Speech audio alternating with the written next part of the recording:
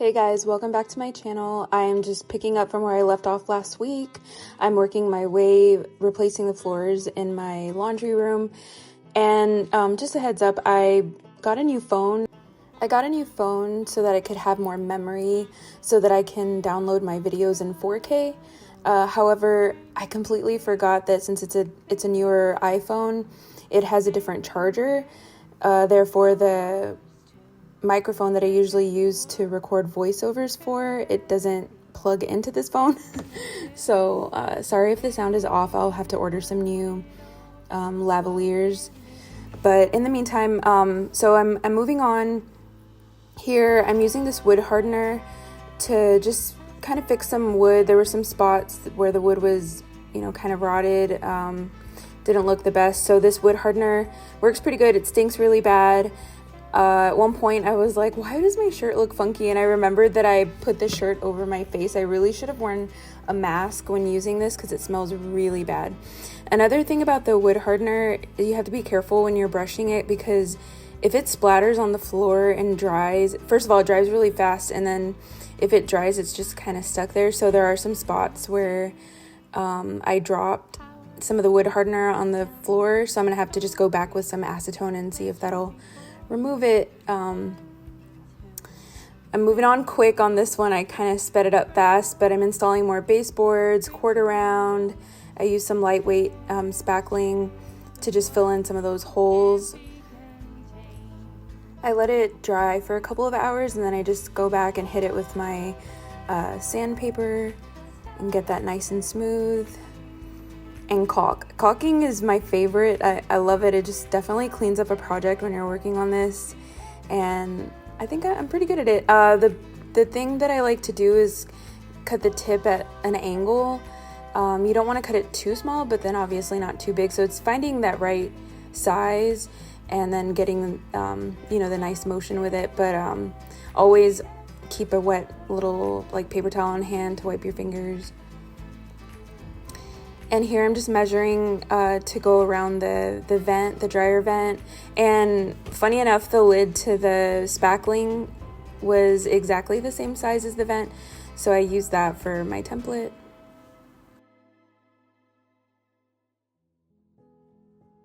And my house is an older house, so the walls are definitely not straight. So you can see there's some spots where there's just bigger gaps than others where the baseboard couldn't necessarily be flush against the wall in some spots. So it was tricky, but I got it to come out pretty good. I have to say that after doing this, doing the baseboards and definitely getting them painted, I felt like I still feel like I'm in a new construction. It feels amazing.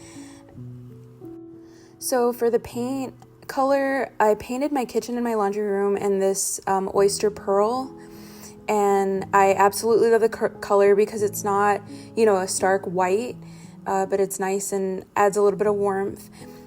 One thing, when I first painted this room, I ran out of paint toward the end to do a second coat on the bottom half of these walls.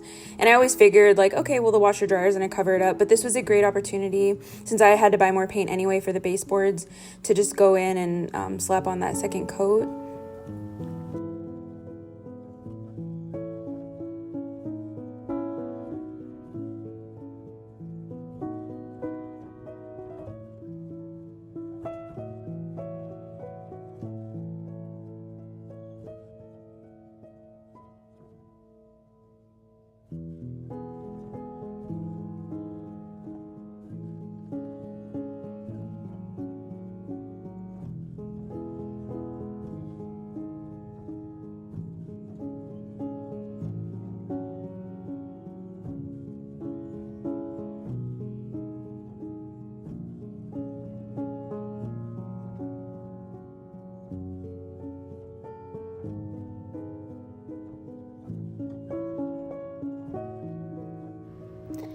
So right before the second coat, I did do 2 coats of paint on the baseboards. Right before the second coat is about to dry, I rip up the tape, and then I get a wet, paper towel or rag, and just wipe off if there happens to be any paint underneath. But again, it just is looking so good.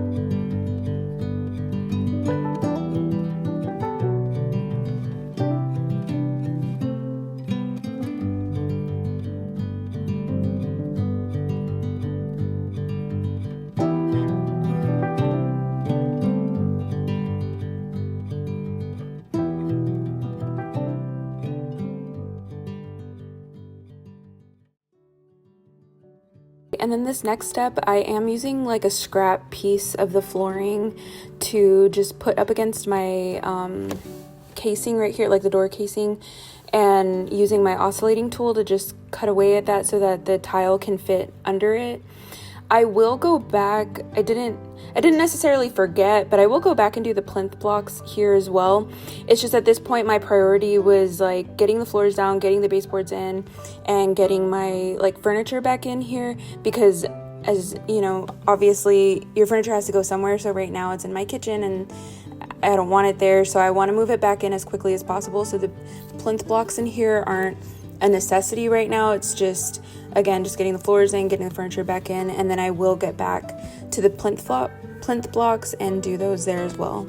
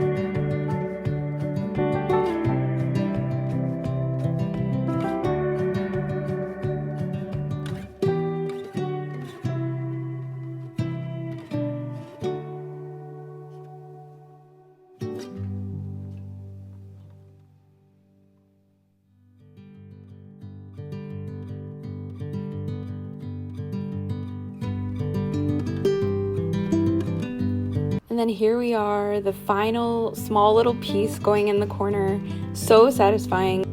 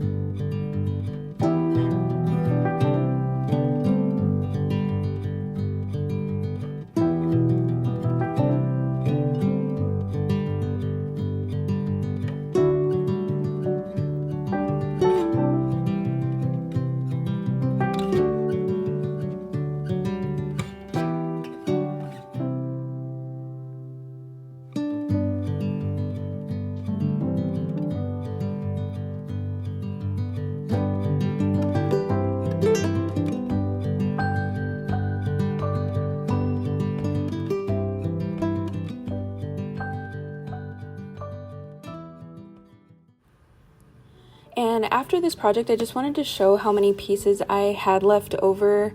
Something about, I didn't even think about it, but something about doing this tile on a diagonal as opposed to like a checkerboard pattern, you definitely have more, like, I feel like you would have a lot more like leftover pieces. I did try to use as many for like some of the edges. You know, I would always try to look at the pieces that I had already cut into and try to see if I could use them, but I did have a lot left over. Moving into organization in here, I like to use these photo organizers for my cookie cutters. It was a tedious project, but I'm so happy. Before, I used to have all my cookie cutters just like thrown in tubs, and it was not ideal. I could never find the cutters that I needed for my orders, but having that organizational container really helps me out. Okay, moving back into the kitchen, finishing up the baseboards in here. There are going to be some spots where I can't finish the baseboards quite yet because I do have more projects in the kitchen, but definitely was able to get what I could done in here, and I'm so happy with it. This quarter round just really finishes up the look.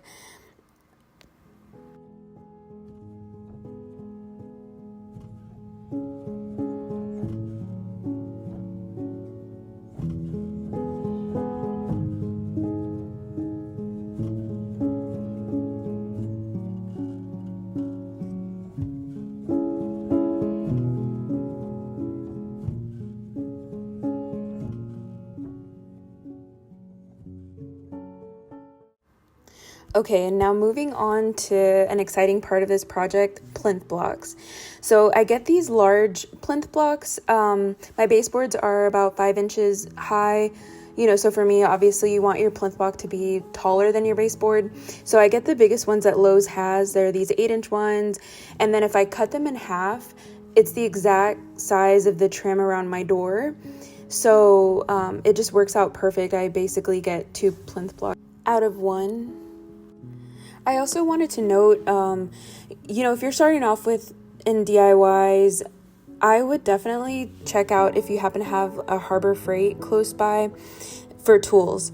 They have some pretty affordable tools. That's where I bought my oscillating tool, and I've had it for years now, and it works great.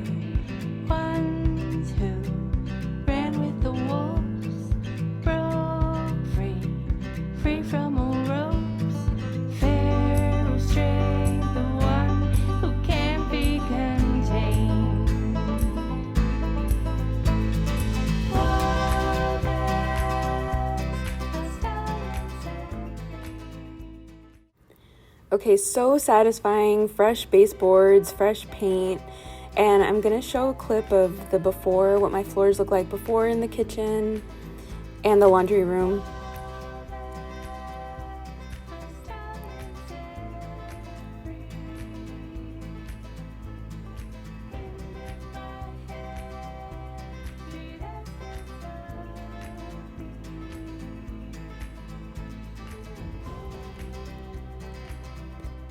And here's the after of the flooring in my kitchen.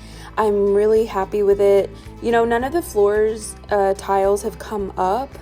However, I did have one behind that chair up against the wall. One of the tiles slid back because I sit in that spot to like decorate cookies. And so every time the chair moves, I think it moved the tile back. So if I could go back, I would put glue in all of like the outer edged tiles. But the ones in the center, again, I've had none come up, so everything's been good on that end. But I would put glue on the outer edges. Now going forward, my next video, I am going to clean up around my windows. I'm going to work on my window coverings. You can see my rod fell down in the middle, so my coverings fell down. I also have blinds to replace right here. And I also would like to refinish this table. When I first bought it, actually, it came in damaged, but I just didn't have the heart to return it. I didn't want to take the time to return it. So I would like to refinish it, so let me know if that's something you'd like to see.